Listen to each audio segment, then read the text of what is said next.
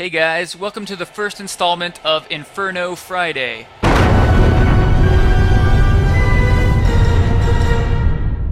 This is Archon speaking.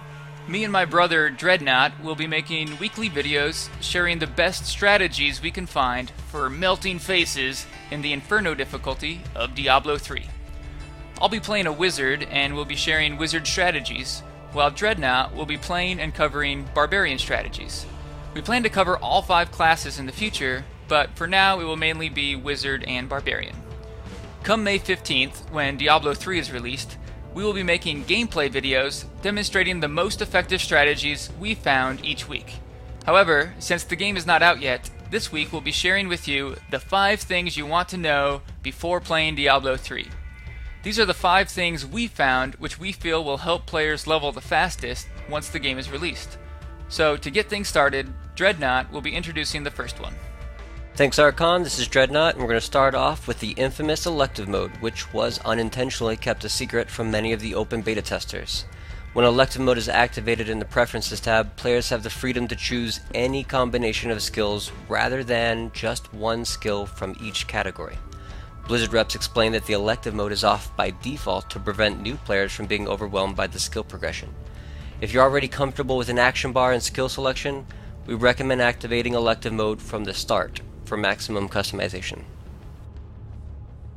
If you played Diablo 2, you probably remember that the best way to get gear, and possibly experience, was to do speedrun boss kills, typically Baal or Mephisto, which consisted of creating a new game, taking the closest waypoint, and killing the boss as quickly as possible. This was the best strategy because bosses dropped the best loot. That's not the case, however, in Diablo 3. Killing a boss for the first time on a given difficulty will give you increased loot.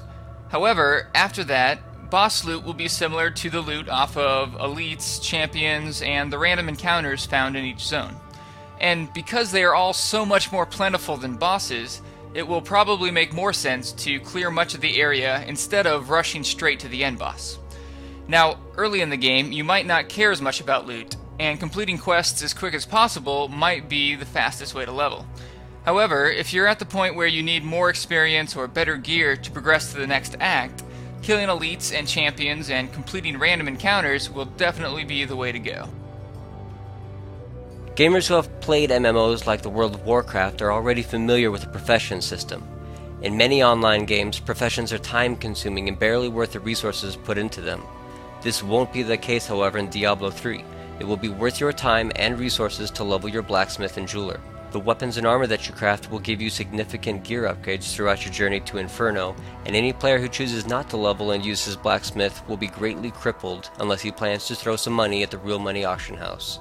The jeweler was not available during the open beta, but leveling the jeweler is a must for any player racing to level 60.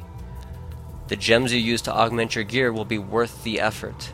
Gems will be tiered with a similar system to Diablo 2, with Chipped Ruby being the lowest tier and a Radiant Star Ruby being the highest tier, giving a plus 31 experience gain bonus if placed in a helm slot. Yes, it will probably be a while before your rubies are this radiant, but you don't have to use much imagination to see how the jeweler can accelerate your path to Inferno. If you didn't get to try out the beta, I recommend familiarizing yourself with both the blacksmith and the jeweler at the battle.net link in the description of this video. If you played much of the beta, you may have noticed that playing with a group seems to be much more effective than solo questing, and there are a couple reasons for this. Despite the increased difficulty, the benefits you give to other members in your group allows you to move through quests faster than if you were to play by yourself. Also, you're still getting just as much experience per kill as you would playing solo.